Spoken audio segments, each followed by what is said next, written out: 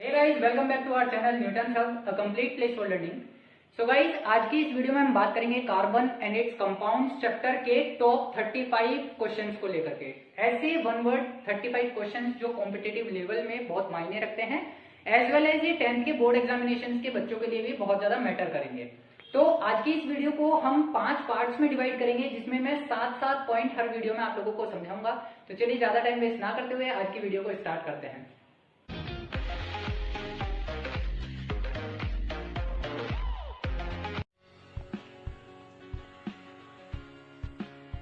तो guys, carbon and it's compounds यानी carbon एवं उसके यौगिक में जो सबसे पहला क्वेश्चन आता है दैट इज इथेन का आणविक सूत्र C2H6 है।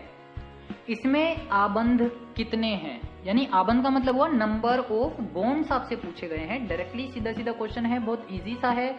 छोटी क्लासेस में आपने सीखा है कि बॉन्ड को कैसे कैलकुलेट किया जाता है। सबसे पहले हमें इसके सूत्र को संरचना सूत्र में बदलना होगा, यानी 2 कार्बन लगाने हैं, उसके साथ 6 हाइड्रोजन जोड़ने हैं। तो एक हाइड्रोजन मैंने इस कार्बन से जोड़ा, दूसरा इस कार्बन से, तीसरा यहाँ लगाया, चौथा यहाँ लगाया, 5वां यहाँ लगाया और छठा यहाँ लगाया। अभी मुझे करना क्या है, नंबर ऑफ बॉन्ड्स को कैलकुलेट करना है। तो नंबर ऑफ बॉन्ड्स देखिए, नंबर 1, 2, 3, 4, 5, 6 एंड 7। तो टोटल कितने नंबर ऑफ बॉन्ड्स हमें यहाँ पर मिले? 7 बंध हमें यहाँ मिले। इसका मतलब इथेन के फॉर्मूला यानी C2H6 में टोटल 7 बंध हैं, जो कि सह संयोजक बंध कहलाते हैं, क्योंकि यहाँ पर कार्बन और हाइड्रोजन आपस में बॉन्ड्स का क्या करते हैं, शेयरिंग करते हैं। तो इस तरीके से C2H6 में कितने बॉन्ड्स पाए जाते हैं? 7 बॉन्ड्स पाए जाते हैं। नेक्स्ट आ जाता है ब्यूटेनॉन, चतुर कार्बन यौगिक है जिसका प्रकार्यात्मक समूह है। इसके अंदर हमें फंक्शनल ग्रुप बताना है। देखिए, प्रकार्यात्मक समूह का मतलब होता है फंक्शनल ग्रुप। तो फंक्शनल ग्रुप को पहचानने के लिए सबसे पहले आपको इसका IUPAC नाम देखना है। IUPAC नाम आपको गिवन है ब्यूटेनॉन। तो ब्यूटेनॉन के आप स्ट्रक्चर बना करके देखिए। सबसे पहले ब्यूटेनॉन मतलब ब्यूट का मतलब हो गया number of carbon. Number of carbon होते हैं ब्यूट के अंदर 4। तो 4 कार्बन यहाँ लिख लीजिए, 1, 2, 3, 4, 4 कार्बन हम लिख लिए। ब्यूटेनॉन बनाना है, ओन, और ओन ग्रुप के लिए रिप्रेजेंट होता है CO। तो CO को हम अलग से तो इसमें नहीं जोड़ सकते, क्योंकि अगर मैंने अलग से CO को जोड़ा तो नंबर ऑफ कार्बन हो जाएंगे 5। तो मुझे क्या करना है, ब्यूटेनॉन के अंदर CO को एग्जिस्ट कराना है। तो CO को मैं कहीं भी एग्जिस्ट कर सकता हूं। मान लीजिए मैंने सपोज इस वाले कार्बन के साथ एग्जिस्ट कराया, तो अगर मैं इस कार्बन के साथ एग्जिस्ट करूंगा तो इसका नाम आएगा 2 ब्यूटेनॉन, जबकि यहां पर ऐसा गिवन नहीं है, केवल ब्यूटेनॉन गिवन है। तो इसका मतलब ये हुआ कि फर्स्ट कार्बन के साथ डबल बॉन्ड ऑक्सीजन जुड़ेगा। अब वो फर्स्ट कार्बन ये भी हो सकता है या ये भी हो सकता है, आप कहीं भी जोड़ सकते हैं। ये आ गया मेरे पास ब्यूटेनॉन की स्ट्रक्चर। सभी बॉन्ड्स को कंप्लीट कर लीजिए। इस तरीके से मैंने इनके बॉन्ड कंप्लीट किए। वैलेंसी को कंप्लीट करने के लिए हाइड्रोजन जोड़ा जाएगा, तो यहाँ पर हाइड्रोजन जुड़ जाएगा, यहाँ हाइड्रोजन जुड़ जाएगा, यहाँ हाइड्रोजन जुड़ जाएगा। इस तरीके से यहाँ पर भी हाइड्रोजन जुड़ जाएगा, क्योंकि कार्बन की टोटल 4 वैलेंसी होती हैं, और वैलेंसी को कंप्लीट करने के लिए हमेशा ही हाइड्रोकार्बन कंपाउंड्स में H का यूज किया जाता है, हाइड्रोजन का यूज किया जाता है। तो इस तरीके से हमारी सारे कार्बन्स की क्या हो गई है, वैलेंसी पूरी हो गई है। अभी हमें ये देखना था कि इसमें जो फंक्शनल ग्रुप है वो कौन सा है। तो देखिए, ब्यूटेनॉन ओन ग्रुप को रिप्रेजेंट करने के लिए CO का यूज किया जाता है। इसका मतलब ब्यूटेनॉन के अंदर जो फंक्शनल ग्रुप है दैट इज CO। इसका नाम होता है कीटोनिक ग्रुप, या कीटोन भी इसको सिंपली बोला जाता है। तो कीटोन ग्रुप प्रेजेंट होता है ब्यूटेनॉन के अंदर। नेक्स्ट हमारे पास आ जाता है कि खाना बनाते समय अगर बर्तन की तली बाहर से काली हो रही है तो इसका क्या मतलब है। इसका मतलब यह है कि जो ईंधन है वो पूरी तरह से नहीं जल रहा है।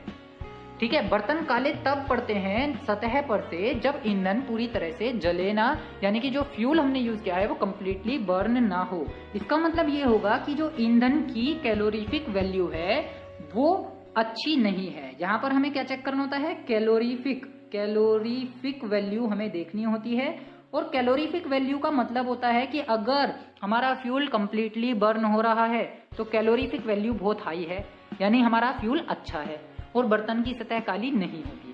लेकिन अगर कैलोरीफिक वैल्यू कम है, इसका मतलब ये होगा कि ईंधन पूरी तरह से नहीं जल रहा है और बर्तन की सतह क्या हो जाएगी, काली हो जाएगी। तो जो अच्छा ईंधन माना जाता है वो वही माना जाता है जिसकी कैलोरीफिक वैल्यू हाई होती है। अगर कैलोरीफिक वैल्यू हाई है तो ईंधन अच्छा है, सर्वश्रेष्ठ क्वालिटी का है। कैलोरीफिक वैल्यू लो है तो इसका मतलब ईंधन अच्छा नहीं है। नेक्स्ट पॉइंट आता है पेंटेन के कितने संरचनात्मक समावयवों का चित्रण कर सकते हैं। तो सबसे पहले पेंटेन के फॉर्मूले की बात कर लेते हैं। पेंटेन मतलब पेंट आ रहा है ना इसके अंदर। पेंट का मतलब होता है total number of carbon is 5, और क्योंकि एन है और एन का मतलब होता है सिंगल बॉन्डेड, तो इसका मतलब 5 जो कार्बन है वो सिंगल बॉन्डेड जुड़े हुए हैं। तो सबसे पहले 5 कार्बनों को सिंगल बॉन्डेड जोड़ करके उनकी वैलेंसी पूरी करते हैं। तो 1 2 3 4 5 ये हमारे पास 5 कार्बन हो गए, सबको सिंगल बॉन्डेड मैंने जोड़ा।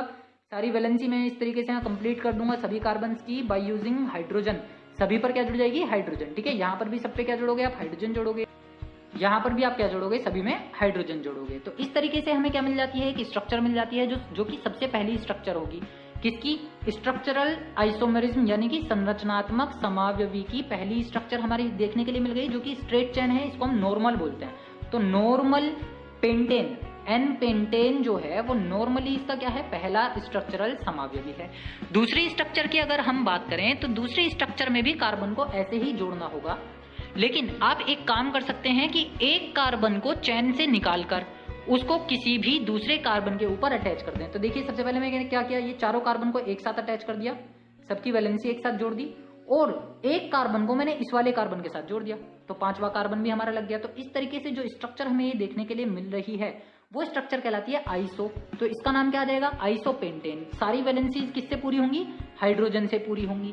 तो पहला हमारे पास हो गया नॉर्मल पेंटेन, दूसरा हमारे पास हो गया आइसोपेंटेन। लास्ट स्ट्रक्चर की हम बात कर लेते हैं, जो तीसरा समावयवी यानी कि 3 समावयवी हम जो बना पा रहे हैं उसमें तीसरा समावयवी क्या है? तो तीसरे समावयवी को बनाने के लिए हम 3 कार्बन को एक साथ अटैच करेंगे सबसे पहले, और 2 कार्बन को बीच वाले कार्बन के दोनों तरफ यानी ऊपर नीचे अटैच करा देंगे। तो इस तरीके से इसकी वैलेंसी पूरी हो जाएगी by using number of hydrogen. तो इस तरीके से जो स्ट्रक्चर हमें ये देखने के लिए मिली है प्लस साइन में, है ना, यहाँ पे बीच में भी कार्बन है और ये चारों भी कार्बन है, इस स्ट्रक्चर को हम बोलते हैं नियो। तो ये स्ट्रक्चर क्या कहलाएगी? नियो स्ट्रक्चर कहलाएगी। तो इस तरीके से हमें 3 स्ट्रक्चर देखने के लिए मिलती हैं। Number 1 is normal pentane, number 2 is isopentane और नंबर 3 इज नियोपेंटेन। तो ये 3 समावयवी ही पॉसिबल हैं एक पेंटेन की संरचनात्मक समावयवी के चित्रण के रूप में। नेक्स्ट पॉइंट आ जाता है कार्बन में कार्बन के ही अन्य परमाणुओं के साथ आबंध बनाने की क्षमता होती है, यानी कि बॉन्डिंग करने की जो कैपेबिलिटी है वो कार्बन के अंदर होती है कि वो अपने साथ और भी मल्टी कार्बन नंबर को अटैच कर सके। कार्बन का ये गुण क्या कहलाता है? इस गुण को हम बोलते हैं श्रृंखलन। इसका मतलब क्या हुआ कि कार्बन के अंदर कैटिनेशन की नेचर पाई जाती है। श्रृंखलन को इंग्लिश में बोला जाता है कैटिनेशन, यानी कि जब एक कार्बन अपने ही जैसे बहुत सारे कार्बन के साथ अटैच हो सकता है। देखिए ये कार्बन को भी मैं बहुत सारे कार्बन के साथ अटैच करा सकता हूँ, इसको भी मैं कार्बन के साथ अटैच करा सकता हूँ, इस कार्बन को भी फिर कार्बन से अटैच कर सकता हूँ, इसको इसके साथ अटैच कर सकता हूँ, फिर इसके साथ भी कार्बन अटैच कर सकता हूँ, है ना। तो जब एक कार्बन के पास कैपेबिलिटी हो कि वो मोर देन 2 बहुत सारे कार्बन को अपने ऊपर अटैच करा सके, वो प्रॉपर्टी कहलाती है कैटिनेशन की नेचर या फिर संकलन का गुण। कार्बन का विशिष्ट लक्षण जो संयोजकता पर आधारित है, यानी कि वैलेंसी ऑफ कार्बन एटम पर जो प्रॉपर्टी बेस्ड होगी उसको बोला जाएगा यहाँ पर टेट्रा वैलेंसी यानी चतु संयोजकता। इसका इंग्लिश नाम क्या है? Tetra valency. टेट्रा वैलेंसी क्यों बोला जा रहा है? देखिए कार्बन के पास 4 वैलेंसी होती है, ठीक है, और ये इसकी चारों क्या है? संयोजकता है। तो कार्बन की 4 संयोजकता होती हैं, ये क्या करेगा? हमेशा ही ये कार्बन अपने साथ 4 कार्बन को अटैच करा सकता है या अलग अलग 4 एटम्स को अटैच करा सकता है, जिसकी वजह से ये बोला जाता है कि ये 4 इलेक्ट्रॉन की शेयरिंग कर सकता है। तो ना तो ये कार्बन +4 बनाता है, ना ही ये कार्बन -4 बनाता है। इसी वजह से इसके अंदर ये जो प्रॉपर्टी है टेट्रावैलेंसी की, ये मानी जाती है कि carbon is a tetravalent atom. Tetravalency वाला ये कंपाउंड बनाता है हमेशा जिसके अंदर 4 वैलेंसी कार्बन की पाई जाए।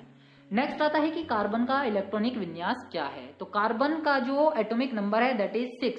कार्बन को आवर्त सारणी में और पीरियोडिक टेबल में अगर इंग्लिश में हम बात करें प्लेस 6 दिया गया है, 6ठे नंबर पे रखा गया है। तो 6 नंबर पे जब हम इसे रखेंगे तो ऑफबाउ प्रिंसिपल के अकॉर्डिंग अगर इसका इलेक्ट्रॉनिक विन्यास किया जाए तो वो कितना आने वाला? देखिए 1s2 2 कार्बन आ गए, फिर दूसरी क्लास के s ऑर्बिटल में 2s2 2 कार्बन आ गए, फिर दूसरी क्लास के p ऑर्बिटल में 2p2। टोटल कितने इलेक्ट्रॉन हो गए? नंबर ऑफ इलेक्ट्रॉन ऊपर होते हैं तो 2 2 4 2 6 6 इलेक्ट्रॉन हो गए। क्योंकि कार्बन 6 नंबर पे रखा हुआ है तो इसका मतलब नंबर ऑफ प्रोटॉन जो है वो नंबर ऑफ इलेक्ट्रॉन के इक्वल होने वाले हैं। तो नंबर ऑफ प्रोटॉन भी इसके अंदर 6 है, नंबर ऑफ इलेक्ट्रॉन भी इसके अंदर 6 होंगे, जो कि इस सीक्वेंस में भरे जाएंगे 1s2 2s2 2p2।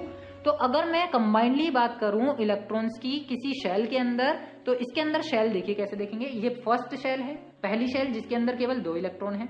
ये पूरी दूसरी शेल है क्योंकि दोनों के आगे का नंबर यानी प्रिंसिपल क्वांटम नंबर कितनी है? 2 है। तो ये कौन सी शेल हो गई, दूसरी। और दूसरी शेल में टोटल इलेक्ट्रॉन कितने हुए, 2 + 2 यानी कि टोटल 4। तो इलेक्ट्रॉनिक विन्यास हुआ इसका 2 और 4। इस तरीके से हम किसी भी एटम का इलेक्ट्रॉनिक विन्यास निकाल सकते हैं। अब देखिए ये जो क्वांटम नंबर की मैंने यहाँ पर बात करी है, इसके लिए एक सेपरेट वीडियो मैं बना दूंगा, वहां से आप इसको समझ सकते हैं। या फिर पीजीटी, टीजीटी, पीआरटी की जो दूसरी वीडियोस हैं उसके अंदर मैंने पूरा एटॉमिक स्ट्रक्चर का कॉन्सेप्ट समझाया हुआ है पार्ट 1 में, वहां से आप क्वांटम नंबर को बहुत अच्छे से समझ पाएंगे। मिलेंगे नेक्स्ट वीडियो में नेक्स्ट पॉइंट के साथ। आज की वीडियो में केवल इतना ही। आप लोग पढ़ते रहिए, बढ़ते रहिए। तब तक के लिए टाटा, बाय बाय, सत श्री अकाल, शब्बा खैर।